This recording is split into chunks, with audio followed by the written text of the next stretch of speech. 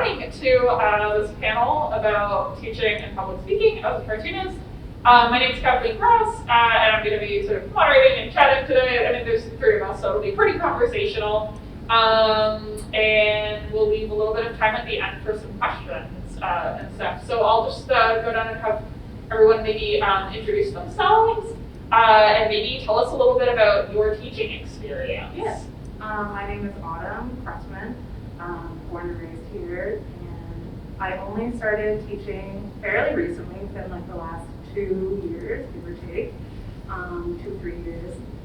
Mainly very kind of like casual compared to school, because it's at the art gallery, so it's kind of like art classes with kids and stuff. I did do adult classes for a while, but they wanted more from me than I could give them, so I said, kids only actually. Yeah, and if they want more from me than I could give. The adults are great, but kids are a little easier to be like, hey guys, here's what we're gonna do. They're like already on it, don't even look at me, I'm drawing. You know? Whereas adults, you need to coax that a little bit more, which I find a little bit difficult. So that's mainly my experiences beyond like the general kind of like camp counselor sort of like teaching, that kind of thing.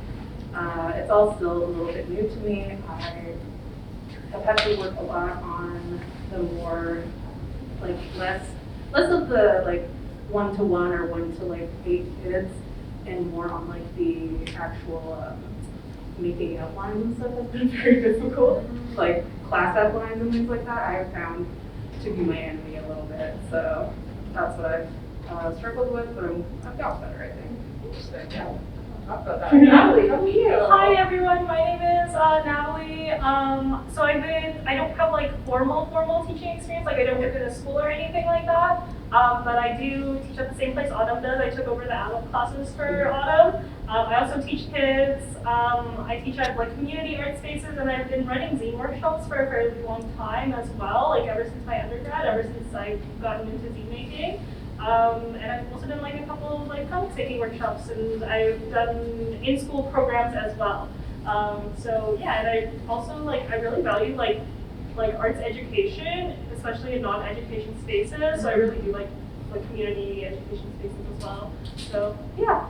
That's very cool. And yeah, just I guess for some context for me, my background in teaching is I used to teach. I sort of like fell into teaching via continuing studies at a local college in Vancouver, where I'm from, and sort of helped develop some of their like graphic novel programming there. And then they closed the program because it didn't get enough enrollment, which was devastating. But it was really fun for the years that we got to do it. And I do continuing studies at a different university in Vancouver with teen programming, as well as like 8 to 12-year-olds in community centers and stuff. So I kind of teach the whole range, but I don't do anything younger than 8 because that's more babysitting than teaching a lot of the texts for me personally. Yeah, I had a 6.5-year-old in one of my grade classes, and you know, yeah, she was great, but definitely I was like, ooh, let's keep it at 7, guys. Yeah.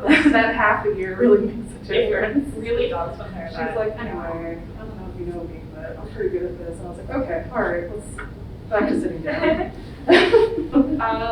So how did both of you get into teaching? I don't know if you fell into it. Yeah. Yeah, I also kind of fell into it as well. I think this is something I mentioned in the previous panel, but because I had gone to art school, and at art school they normally value mostly like white men art making, Yes. a lot of the opportunities I had to make for myself. So a lot of it was definitely through DIY and the need for like community spaces, especially because so many like brick and mortar like DIY spaces are getting like shut down all the time. Yeah. Yes. Like I feel like Toronto and Winnipeg like 10 years ago was like not the same as it is now. So a lot of it came through wanting to like build community spaces, and a great way to do that is through public programming and like workshops and stuff like that, as well as just like, you know, like celebratory like things. So yeah, I kind of fell into it through that, and then it just kept happening. I think for like teaching at the lake specifically in a more formal capacity, it was literally because like I like hated my 9-to-5 job. So, and then I was like, wait, I know Autumn will ask about it. And then I was like, I'm actually getting burnt out and I don't like teaching adults, and I was like, Sure. okay, sweet, so I it's was the only perfect. visual art instructor for like a year and a half, and Yeah. I was also still chronically ill, but I wasn't on a good medication at the time, so like they had me like, I think after my most classes I had like 4 or 5, which it doesn't sound like a lot, but I was also working pretty full time at my coffee shop job. No, that's a lot. Also, like teaching specifically takes a lot out of you. I would always, especially the evening classes, I feel Yeah. like I was really empathizing with those kids because they came from school. I Like, came from I'm like 6 tired, a.m. I'm to 2 hungry. p.m. And I was like there from 6 to 8 with those kids, and I was like, oh god, I'm so tired. And they're like all so tired, so I was like, we're all on this together, guys. Yeah. Totally. Oh my goodness. Yeah. I kind of feel really lucky that I did end up getting that freelance position at the WAG though, because I had actually, before they did even any of the big renovations, because now we're in the penthouse, before it was in the basement, all of the classes, and they had wanted me to do the graphic novel class, and visual art isn't even a thing there yet. But that was the year I was having serious symptoms, and I had to like call them and be like, I can't come to class. I can't teach. I'm in the hospital right now. And then I was like, I guess that's a door that's closed. And then literally, like 6 years later, like post-COVID, one of my friends, Tiff, who lives here, they had asked her, and she was like, I got a baby. I don't Did you know. know Tiff Martell? Yeah. I haven't met them in real life, but Tiff's I great. love like seeing Tiff them. got me my note, Yeah. basically. Tiff was like, I got a baby. I'm not that good at procreate, but you know who doesn't have a baby and is good at procreating? I also didn't have a baby Yeah, and and I now we're married. Wow, So- we have so much in common. It was really good. Prerequisites there. Yeah, Yeah. I was like, Uh, Tiff, you're so right. You just had a baby. You can't be doing all this. So that's what I know. Yeah, I mean, I feel like so much in the arts is really like the opportunities show up and you have to be Mhm. like ready to meet them. That's true. I lost a lot of opportunities because of that exact like kind of attitude. Just being like, I can't do this right Yeah, now. what I find it like a lot of opportunities is like it's like a mix between like luck and like strategy, and then also like being able to like make the most out of it. Because I find Yeah. that once you fall into it, you just keep getting more opportunities, Sure. right? Completely. Like, So- yeah, it's like luck, but you have to be ready to meet that luck. Yeah. And then like, I mean, I end up getting a lot of jobs because I did stuff like workshops via libraries, and Yeah. other librarians know libraries, or if they Google Conex Library Workshop Vancouver. It's always good to be on the librarian's good side. Yeah, or, I mean, a big thing for me is I put a teaching and workshops page on my website. I need to start doing You that. have to do that, because then people see that and they go, oh, this person does that, because if you Yeah. don't have it, they won't be like, oh, maybe they do that. They're like, they probably don't want to. That's so true. Yeah. Yeah, I'm a big advocate of like websites and putting the work you want to do on a website. For Yeah. sure. But when you're teaching, like what sort of guides your teaching philosophy? Like how would you describe yourself as a teacher and like how you think about teaching art? Because it's like there's a lot of different approaches. I feel like I'm pretty laid back overall because I don't really I had to make my own curriculum as it were, and because I also don't have like actual teaching experience, I never went to school for it or anything like that. I was sort of like going in blind based on like the very basic outline I had before, and I was like, okay. So usually what I do now is I have like a pretty much like my 10 class outline. It's pretty bare bones. Yours is always so nice. It's like It's so, like, because if I so- don't write it down, I'll forget to do it. my problem is I feel like I'm really just improv-ing it every time because I'm like, I gotta wait until I meet these kids, catch the vibe, see what they're interested in. Because like genuinely, because some of the kids' classes will be a majority of like very like quiet, studious, don't really want to talk to you, don't really want to like, They're like focused, they're Yeah. in their own thing. They're Exactly. like, you are being annoying. Exactly. They're like, I know what I want to Why? draw, and I don't really care for what you're doing. But then other classes, I'll have kids for the majority are like, what did I don't know. I drew a line. It's like, it sucks. I'm like, okay, all right. So we're gonna need prompts. We're gonna need lots of prompts for this Yeah. class. So I have my kind of bare bones, and then again, I just kind of go with also like teenagers versus like I usually have 10 to 12-year-olds. Very big difference in like Yeah. what they like. I really like using, oh my gosh, what's that girl? Like drawing every day, the Bardot person. She always has like monthly, like October, it's like we're doing this, like it's creepy crawly monthly, and there's not like 1 to 31 drawing prompts, and then she'll do that for every month. So when I personally kind of have a mental block of what to do, I'm like, all right, let's bring up the prompts and see what we got. What was the question again? Oh yeah, just like how would you describe your teaching philosophy? Like what guides your teaching? Okay, so I actually went to art school, so I had experiences with both good and bad teachers. Well, yeah. And also, like, when you're doing a workshop or teaching, like, there are different intentions for each thing. Like, a workshop is to learn a new skill or to complete something, and then teaching is like learning skills throughout a long period. So my teaching philosophy is like based on the fact that like people are paid for classes, and this isn't academia, this isn't a graded thing, and I really want to, like, especially a lot of people are like, we teach like book comics and digital art, and like all of the workshops on them will be comic based. And so when I teach, I want people to like fall in love with art. And also if they're not used to comics and they're not used to digital art, I want them to like know that what the possibilities are. So when people approach digital art, they either have a really rigid idea of what digital art should look like, or they only have like, or they don't even know any digital artists, and they just heard that Procreate or like Photoshop or what have you was like an easy way to like access it, to be able to make art without like paying for the materials, right? And which is like totally valid, because like it's true, you don't have to pay for all these like materials, but you still have to pay for them. I mean, unless you pirate it, which you should. Okay, so just so we're clear, don't be sorry. But anyways, so a lot of the philosophy that goes into teaching is how can I give people tools to appreciate the things that they're making, and also how can I give them the tools to continue to do this art even if they're outside of the classroom and even if they don't have the tools. So I always like give examples of like how you can still do digital art even if you don't have an iPad, don't have Procreate. I'll talk about, you can like scan your ink drawing and you can still color it on a computer, right? So things like that. And also like, I also approach it from like a collaborative point, even though I have a pretty like detailed and like concise lesson plan, it's like super flexible, and it's also like built to be collaborative. Like people can ask like things that they want to learn, or like it'll mostly be like topics per class or per lesson. And yeah, like basically as long as we're under the theme, we can like learn whatever we want. Or like how can we adapt this, like what specifically you want to learn. Like sometimes people are like completely brand new to art, but like the stuff that they enjoy were like, they like cartoons, they like animations, they like, you know, like things like that, or it's like they really like painting, so it's like how can we like learn some skills so that they can start painting, because you know like there's so many things to learn, but I feel like most people like have an idea of what they already want to make, so they just want to explore that. But yeah, basically to treat teaching as collaboration and guiding rather than I'm telling you what to do and I'm going to tell you what makes good and bad art. And also the reason why my lesson plans are so detailed is because I will literally forget what I'm teaching. Detailed down, I'm like, I don't know, I'm changing this. Yeah, I'll still change it, yeah, but it'll be like, because it'll tell me what warm up I'm doing. So that's like the thing I need to remember. And I also, for adult classes specifically, because a lot of them don't have a lot of experience. They do like problem, because I also was like, I don't know guys. But what I also do is I have a bunch of examples of digital artists that I like show them.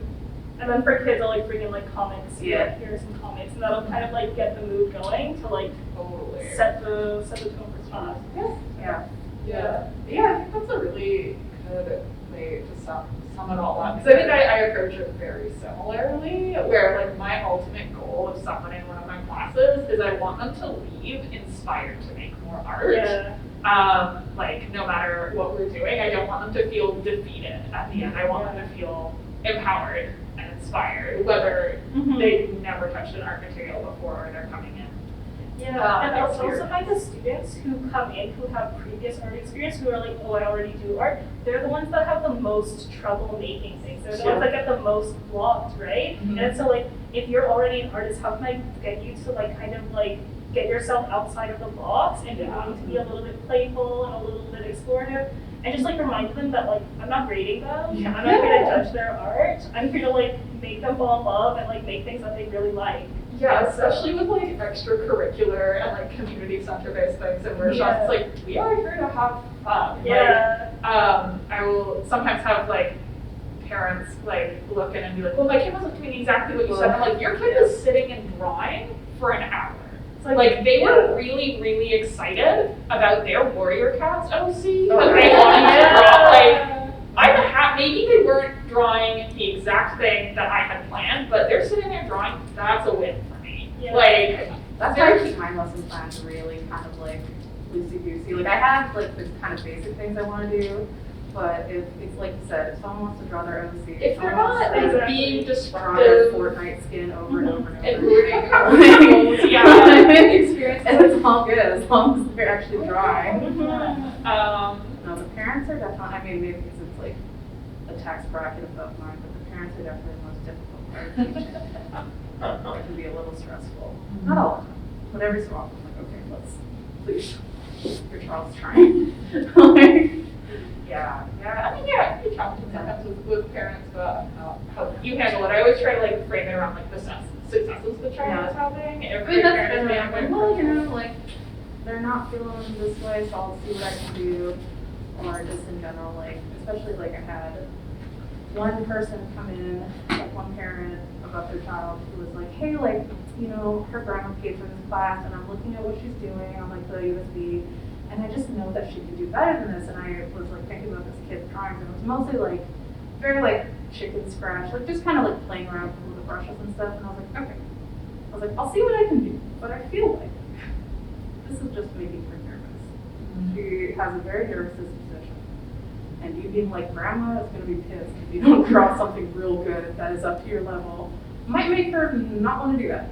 So I did end up just, I was like to the mom, I was like, okay, I'll see what I can do. But to the kid, I was like, hey, listen, I know your mom's going to talk to me, but I'd rather you feel comfortable. So if you feel like, do you need like something, I think I was like, do you want some like better prompts? Like, do you want something different? Like what? And in the end, she just kind of kept doing her chicken scratch thing. And I was like, well, that's you know, that's what it is.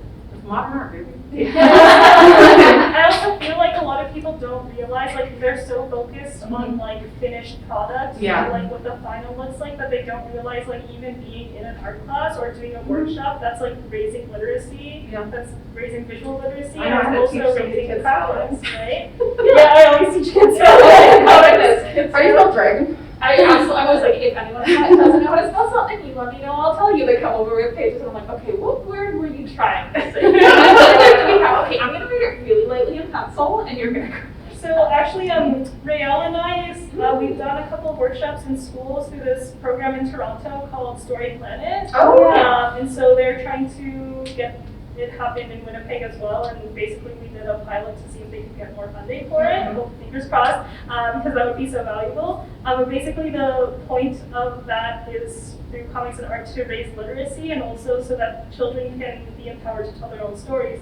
So we actually don't focus too much on spelling. I mean, the teachers are always like, oh, you have to make sure you do this. And we're like, oh, actually, if you don't know how to spell something, you just underline the word, and you just continue, because the most important part is like the storytelling part. And then the literacy comes as you continue on with the story and as you revisit it. And if you underline it and just get your idea out, you stop like blocking the creativity, and then afterwards you can correct it and like have those lessons like after the writing is done.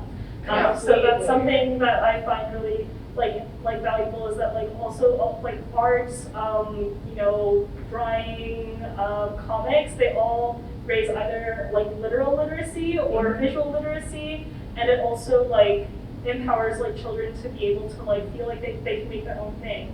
And adults too. I feel like a lot of adults feel like really defeated about creativity, so it's kind of nice to see them like build that skill as well. I don't know if you find this with your students, but I find there's like the 8 to 12-year-olds, I never have to get them over the hurdle of you can't draw this. Okay, I think it's because puberty, they like learn shame. Yes, it's like you hit 13 and life gets really tough. Because you're a teenager and that's the worst. And that's when the I can't draw this comes in. And then once you're an adult, the shyness or whatever it is, because that's always my problem, is like getting the 8 to 12-year-olds to be like interact with me, no problem. Obviously there's the shy ones, but usually they're like, I also find that 8 to 12-year-olds love horror. Yes.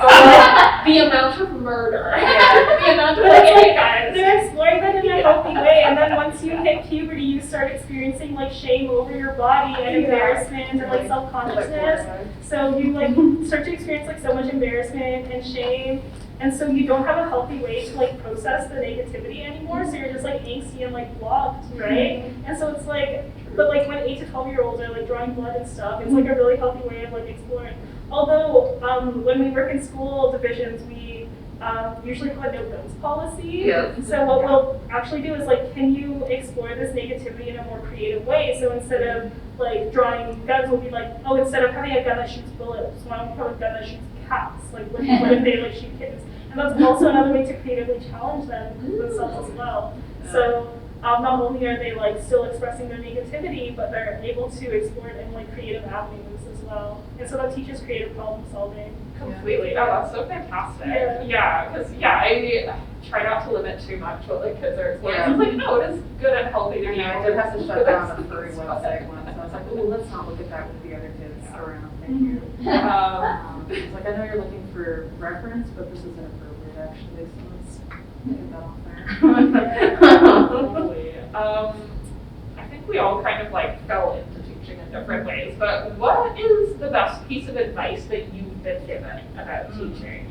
Because like starting out, I got sort of brought into this college program, and I was very young and had not taught in that way before, and my friends who were teaching in that program were very experienced, so I like was like, please give me advice, I'm so scared. And the best piece of advice I got, just to kick us off, well, because I know it's a big question, is to over-plan. Like, you have a set amount of time, whatever thing you can get done in that amount of time, plan an extra like 15 to 20 minutes more, because maybe, like I will run the same activity, and sometimes an activity takes an hour with a group of students. Sometimes that activity takes 20 minutes with a different group of students, and you never want to be stuck with that like 40 minutes or extra 20 minutes or whatever, where you're like, I need to plan, free trying, I guess. Like sometimes it's okay, like you don't go into that, but you want a big free drug. everyone to feel like they're getting what they paid for the class and stuff. So over planning has saved me so many times. I'm gonna take that. Yeah. I underplan, maybe. No. I think, well, this one's less so teaching advice and kind of like general, like, gentle parenting advice. Amazing. You know, because it's all the same. That is very much to an a part. extent. Yeah. I am not afraid to tell my kids if I got something wrong, or if I'm like, oh, that was wrong, I'm sorry. Like, I feel like sometimes the kids are like, that's great, you know. They don't know how to deal with that in the sense that like I just apologize to them so they get like angry about it. But for the most part, I feel like every time I'm like, hey, I'm sorry, I don't know how to do that. I'll look it up. Usually I find that kind of advice of like, don't, like people oftentimes with teaching when I was younger were like, don't ever like let kids know that if you made a mistake, don't worry about it, kids don't care. Kids care. Kids care a lot about that. So I usually, if I don't know something, I'll be like, I'm sorry, I don't know that, but I'm going to look it up and we'll work through it together or something. And then that's kind of what I do. Yeah, I think that's like very valuable. That's the biggest one I had to remember. Very, very good for kids to have modeled for them, that it's okay to not know. I don't know a lot of stuff. Yeah. Oh gosh. In the beginning about animation, I was like, I don't know how to do that. So I'm going to figure that out and get back to you. And it worked out. Now I know how to kind of animate appropriately. Exactly. How about you, Natalie? Yeah, I would say is also probably similar to Autumn's in that like it's more of a behavioral thing than an actual lesson.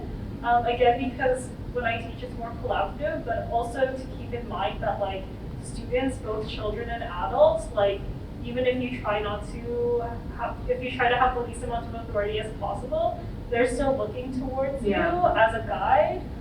So you need to like behave in like a way that is like a good example. And that doesn't necessarily mean, you have to be the best person possible, but it means that like even like showing that you like make mistakes, it's like another thing. And I think what people usually mean when they're like, you can't show students that you made a mistake is like, you can't panic about it. Yeah. You can, because like that'll freak them out because they are looking towards you as authority. But you can, like you should be able to be graceful. And I think teachers like hold this really weird role in society where we're super undervalued by every other profession, especially artists. So then when you're an artist and a teacher, but then like when someone is in your classroom, they like look to you as a role model. So I feel like you even start to impart like life lessons and like behaviors onto them as well. So when you are like showing that you're able to like make mistakes, or like if there's like a conflict and you're able to like resolve it like really well. And also not to be like socialist communist or whatever, but I have read Pedagogy of the Oppressed, so I know that like within the structure of a classroom, the teacher is the oppressor and the students are, you know, like the masses. So that's why my teaching philosophy is to be collaborative. And also another thing that I do that is also talked about in Kathleen is like read Marxist theory. I feel like all your time you're literally like, yes. But yeah, so one of the things that is also talked about in Pedagogy of the Oppressed, which I was doing before I like read it in the theory, is like if you make like life and mistakes aren't a cycle, they're more of a spiral. So if you make a mistake, you try something, you like mobilize, or you do an action, or you do a lesson and it doesn't work the first time, it's not going to be a cycle where it happens again. You're going to move forward in a spiral and you're going to keep trying again. So I feel like with every new class I teach, I like revise things, and I try new things, see what works for certain kinds of students. And you know, like you're always going to work with like so many different people because they're all coming from different walks of life. You know, like even when I'm teaching adults, you know, like there are people who have like higher needs and stuff, or like kids will have higher needs, and being able to like work with those. And yeah, just making sure that like you're able to like incorporate all of these wants, because it's like everyone wants to make art. They just need to be shown like the tools for that. So like that's also why I like treat it more collaboratively, because I'm like the teacher is the oppressor. So I try to like have a release amount of authority, but I also recognize because of the structure of the classroom where it's like everyone's looking at what I say, to, you know, like behave in like such a way where it's like I'm not like hurting their feelings. Like something I could say could stick with them forever, and like be something that like demotivates them. Yeah, I mean, I think I also went to art school and was very fortunate to have like arts education in elementary and high school to a very high degree, but like you definitely remember the teachers who like hurt you or did things in a way that like really discouraged you, and at least for me, it's like I remember that and I never want to be that. Like that's how I felt too. I think that also contributes to the teaching pedagogy is that I know what a bad teacher looks like, so I will not be that bad teacher. And I think also when you talk about like the good teachers aren't really memorable, I think like there are like if they're like really, really amazing, like they're so memorable. I had a teacher in university I took 5 classes with because his approach was so like meaningful for me. Because like going to an art school that very much prioritized fine art in a lot of ways. There's like a weird. I went to Emily Carr in Vancouver. Expensive. A while ago, so it was less expensive then. But there's like a big division between fine art and illustration and the approaches, and the fine art teachers would really not get what the illustration students were doing, but this illustration teacher would really meet you wherever you were at and be like, what are you trying to do? Like you are trying to do, like for me it was like, I was trying to make comics, which was sort of outside of what most of the curriculum was, and he was like, okay, let's get you making these comics the best they can be. Like he would never be like, don't draw like that, or like, I know some art like a lot of artists have the experience of a teacher being like, don't do anime or whatever, but he'd be like, oh, you're doing anime? Let's make sure it's the most uniquely you anime you could possibly do. That's why I stopped taking art classes, and when I was in high school, I took art class for the first time after years of not having access to it. And immediately the teacher, because it was like a fine arts IB program, and I handed in my sketchbook, and she was like, you know, I'm gonna have to fail it next time. Well, this is not fine art, because I was drawing my little cartoons and shit. And of course, I was like kind of a shitty teenager too, so I was like, oh, okay, I'll not do this then. I like hung it out for like a few more classes, but I was like, this is bogus, and I hated it so much, and that really like. The whole experience really like was so negative, and it stuck with me for so long because I was put into this art class, like you said, with the idea that everyone knew how to use all of the supplies and stuff, and which I didn't really because I had no art education. I had come from like a private religious school where our other like 2 extracurricular classes were Arabic studies and Quran studies. So it wasn't like we were doing like art classes between those were like the extras. Yeah. And so when I went to public school for the first time, like after like years, I was like, oh boy. And then they just kind of like threw you to the wolves in that sense, at least in this class. I'm sure there was better classes. Yeah. Which is why I ended up really loving digital art so much because in Mr. Hamlin's class, it's the same thing. It was the best. You would do what you wanted to do, or like you would just basically give the parameters and you'd be like, wow, hey, that's so good. This is really great. What a great thing you're doing. And I was like, oh, okay. So I ended up being in the computer lab instead of the art class because I was following where the breadcrumbs of the teacher was actually trying to do something with me instead of just being like, this is not fine art. And I was like, I don't know what that means. It's kind of interesting how many like art teachers there are in institutions and also in education in general just like lack like creativity or the ability to like imagine the usefulness of I things. think also it comes back to like what you were saying about like the teacher being the oppressor in the classroom is like I have identified that I think some people get into teaching because they really enjoy teaching and they like working with people and they love new ideas, and some people get into teaching because they want power, like nurses. Yeah, so something I actually had a high school teacher tell me once is that most high school teachers who teach in high school peaked in high school, and that's why, sorry if there are high school teachers in the crowd, but they were like, it's because they like didn't get over their experience in high school, so that's why they're on the power trip. I'm sure it's not true for all of them, but I don't know, I kind of see it. Okay, we're getting like closest to the end, and I think I have like 2 questions I want to get through before we explore, before we open it up to everyone else. But one thing I was hoping we could talk about is like a lot of cartoonists. Cartooning is the art of being alone by yourself quietly in a room. And being in a teaching workshop, school talk setting is very much like now you're the center of attention and have to talk and be present and like perform in a way. And that can be a difficult two opposites to bridge for some people. Would you have any advice for people who maybe feel nervous standing in front of a crowd and talking or stepping into these teaching roles? Like how did you build these skills? Since I think we're all sort of like atypical, kind of found our way. I did stand-up comedy. Yeah. I also have theater experience actually throughout high school. I did improv. Okay, I'm also improv. Did you do CIG?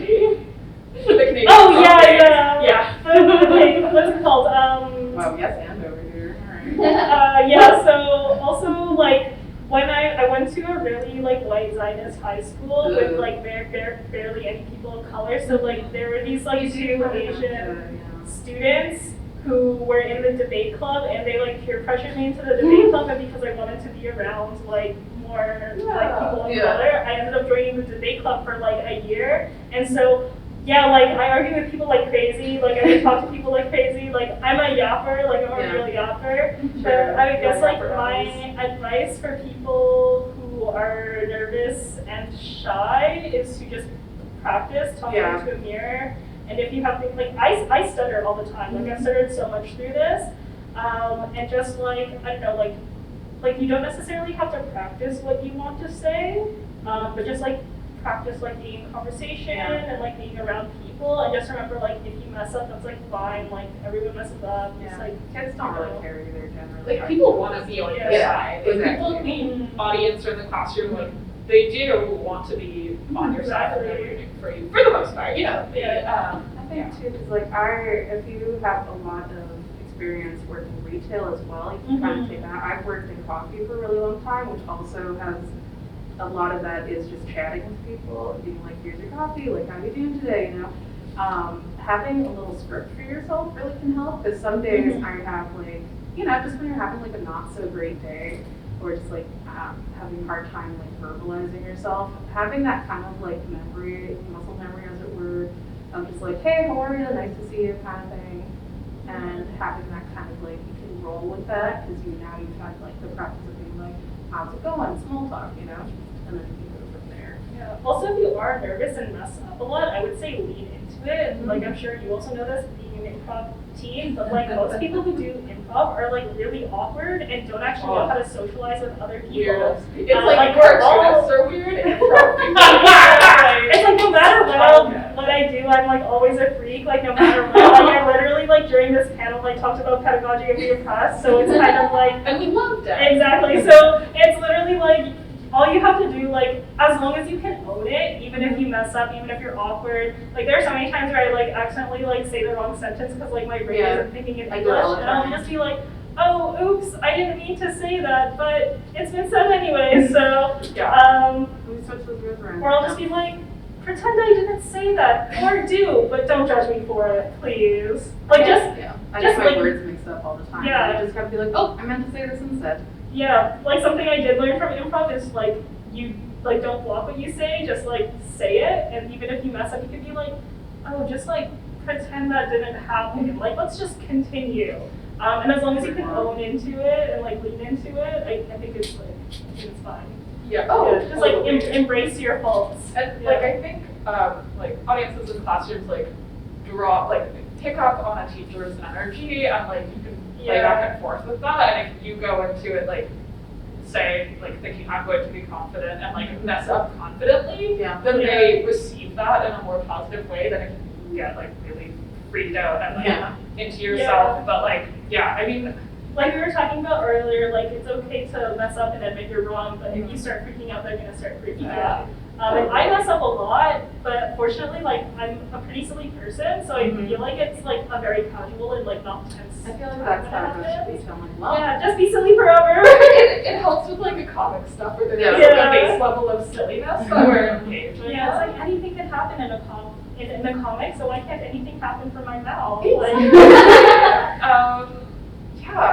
And just like one final question before we open it up to everyone else is, I'm curious about how does teaching enrich your artistic practice, or how does it enrich your oh, artistic definitely. practice? Because I've been doing that shit the same kids are doing, and I'm like, oh, right, practice is good actually. Yeah. So when I'm trying to challenge them, I'm like, oh, I guess I gotta challenge myself. So I have definitely gotten better at certain things. So I'm like, oh, I can't be like that person who only draws the same thing because that's what I want to draw. Because I have a bunch of kids in this class who I need to teach. So that has really helped me practice. For me, yeah, 100%, because I make them do a 15-minute warm-up at the beginning of every class, and then I do the warm-up, and it's like I did my drawing warm-up for the day with the students, and I feel like I wasn't drawing as consistently as I do when I'm teaching. Like before, when I wasn't teaching, like sure, I would like try to be disciplined, and like, but I was like not doing like my warm-ups regularly, and like I wasn't like drawing like as disciplined, but like when I teach, I feel really invigorated. Something that like makes me feel the most inspired, the most invigorated is when I see people make those breakthroughs in art. So when I see students who are mostly beginners, like both adults and children, and they all have a variety of different styles, and they're making breakthroughs in their practice, and they're like learning a new skills. Sometimes it's something like I taught them, sometimes it's like they're just working on their own and they realize it. That like really heavily inspires me, and it makes me feel really energetic. Like I'm just like, oh, I feel like a shonen protagonist at Naruto, where I'm like, whoa, you like did that. I was like, oh, that's like, I'm like reaching my final form. Took off those weights. Yeah, I took off the weight and in Naruto, and I'm like ready to like fight or draw or whatever. It is infectious to be in that like creative environment. I often find like students. I mean, I had like an 8-year-old recently where the way she was using pencil crayons, I was like, oh, I should try that actually. It's like really a fun back and forth. I also find that like developing curriculum forces me to do more research and like check out things I wouldn't necessarily have thought to explore on my own. Like especially because I'm getting to do like team programming through university now. I have the opportunity to like teach to a slightly higher level and explore slightly more complex things, which is really fun because I'm like, oh well, I am gonna go get a bunch of reference books out of the library and teach myself this thing so that I can teach it, which I wouldn't have done otherwise. I also find that like the research thing especially, because like when you're teaching something to someone, you almost have to have like a formula for how that specific thing is done. Obviously there are so many different approaches to art, but if it's something like how can I draw a hand? I feel like here are different methods. Yeah. And also forces me to like learn those different methods and figure out which one is the best for me. And I feel like teaching and like having to like translate this information has also streamlined my own process and like also made me better at like researching and like deconstructing like what I'm trying to make, even if it's like more complex and stuff like that. Totally. Yeah. Yeah, it's definitely like a skill to be able to break down a complex idea into like, how can I make this digestible for someone who has never encountered this before? Yeah. That's the thing I've always struggled with the most with teaching for sure. It's like, okay, because as a self-taught person, I went from like 0 to 100, and then kind of have to go back to the middle has also really taught me a lot. Because yeah, I'm like, all right, draw a hand, I don't know. Because we believe in collective life, we share our resources, Yeah, so we exactly. can share our documents with each other. I was like, let's take a picture, guys. Trace. Yeah. I'm a big proponent. That's what I do with my kids all the time. Like, tracing is not cheating as long as you're not pretending it's your own art. It's helpful. I can see with my eyes, but I see better when I'm drawing and tracing. Do we have any questions from the audience? Yeah. Or will we forever hold our peace and never ask a question? Questions are really valuable in the education. As a teacher, I really value questions and think if any of you have it, you should definitely ask them and don't be shy. We're here to encourage learning and development. Sounded like I was speaking a commercial. Don't feel pressure. Questions are praxis. Yeah. All right. So maybe from each of you, what's the most rewarding experience you've had that you'd like to relate? Sure. Yeah. I mean, I think like having the moment with a student who like really hasn't been engaging and has not been like as present in a class, like for various reasons. Sometimes it's like something behavioral, or they just like didn't really want to be in the class or whatever. But having the moment like partway through a class where something clicks with them and they start paying attention and get into it and like show you the thing that they were excited that they just made, that's really rewarding to me. It's like having that personal breakthrough with a student where it's like, okay, something, I don't necessarily always know what I did, but something happened where they were like, okay, I trust you enough to like be creative in this space and like be creative with you. That's very special, I think. I'm trying to think. I don't know if I really. It's all blurred, honestly. It's all great. It's all super It's all wonderful. I mean, I do love it when either a kid is like, I'm gonna see you, like, I'm making my mom sign me up again, and I was like, okay, I'll see you later, buddy. And then, you know, you do get that kid next to it, and they're like, I came back. And I'm like, this is so nice. Love to see I love you. having repeat students. I have Yeah. quite a few repeats, honestly, and I don't think it has anything to do with me, but I do like to see them. Yeah. I think they just like to draw. But They at least had enough fun drawing Sure, in your exactly. vicinity that they were like, I'll do this again. And I was like, Yeah. this was torture and never. Surely, I've had a few of those too. Yeah. I really like it too when I can see from like 1 to 10 of our like 10 weeks of classes that we generally have. Every so often, because my big thing is like, don't treat Procreate like it's just one piece of paper, like try to use layers, try to do all these things.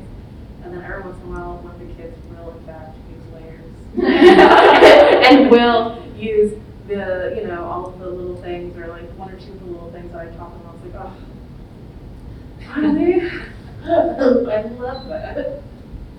I guess for me, yeah, like something I do in all my classes is like the very first artwork that they make on the first class, I keep it. And so they can keep all the rest of their arts, and then on the final class, I show the first art compared to what they had finished in the final class. So they actually get to see their progress. And I also feel like it's a nice way to like end like a longer term thing. And then a really like nice experience I had this past year is I did a painting workshop, or just like an arts-based workshop with an elementary school, like locally. So I grew up a little bit in Chinatown, so Centennial is like right by, and that like has a lot of like East African refugees, Chinese, Filipinos, indigenous people, right? And so I was working with like the disability program, and it was all elementary school students, and we were working on the dragon banner up in Chinatown right now. So we all painted it together, and I was talking with like the staff, and they were like actually quite worried because they weren't sure because the students I was working with were the highest need students in the school. But to me, they like behaved so perfectly, and the art really like brought them out of their shell. So like the first day, because it was like art there. yeah, exactly. So like we did a 2-day workshop. The first day was just like them drawing dragons and also doing like storytelling to like tell them about like the story of like the dragon and the tiny zodiac. And it's actually like a really nice story because, you know, like dragons kind of represent the emperor and like imperial like power and authority. But the actual story of the zodiac race is that like the dragon came in, I think 5th or 6th, because they stopped to help a lot of people. So they gave rain to a peasant village. They also helped a rabbit who was drowning, so they put them on a log so that the rabbit could make it. So they come right after the rabbit in the zodiac order. And so it talks about like when you're given a lot of power and authority, you actually have to use that for good and for the collective good. So even though it does represent things like wealth, money, things like that, it's about how do you share it with the collective to make society better. And I also gave that speech in front of like a bunch of politicians in Winnipeg when we under Levana. We'll see if they listen. But we did that, so when we were doing that, and then we painted the dragon together, it was a really nice experience. And also there was one student in particular who was really struggling, and like their home life was like not that good, or like it was like because they were really struggling financially, and because like for the first time the teachers had realized that the student really loved painting and really loved making things in that workshop, because like they have like, you know, like a good teacher, like kind of like guiding and a lot of like stories and a lot of like collaboration, and like because art is like the kind of thing that you can teach in a non-authoritative way, that they realized they really liked art, and so they gifted him and his sister classes at the Wake, basically, because of that. Because you know sometimes schools like can give students like art classes for free, and so like that was like an avenue that they didn't realize that they were into. And you know, like a lot of these students who have like behavioral issues or like other disabilities, like they really came out of their shell, and a lot of them were like, this has never happened before. And so that was like a really nice experience, which kind of shows like the value of arts education, right? And like having people who are able to like work with like all these kinds of people and like care about the community and stuff. So yeah. I think that's a perfect note to end on. That's a really wonderful story. Thank you for sharing. And thank you everyone for coming. You're free to go now. Classes. Classes.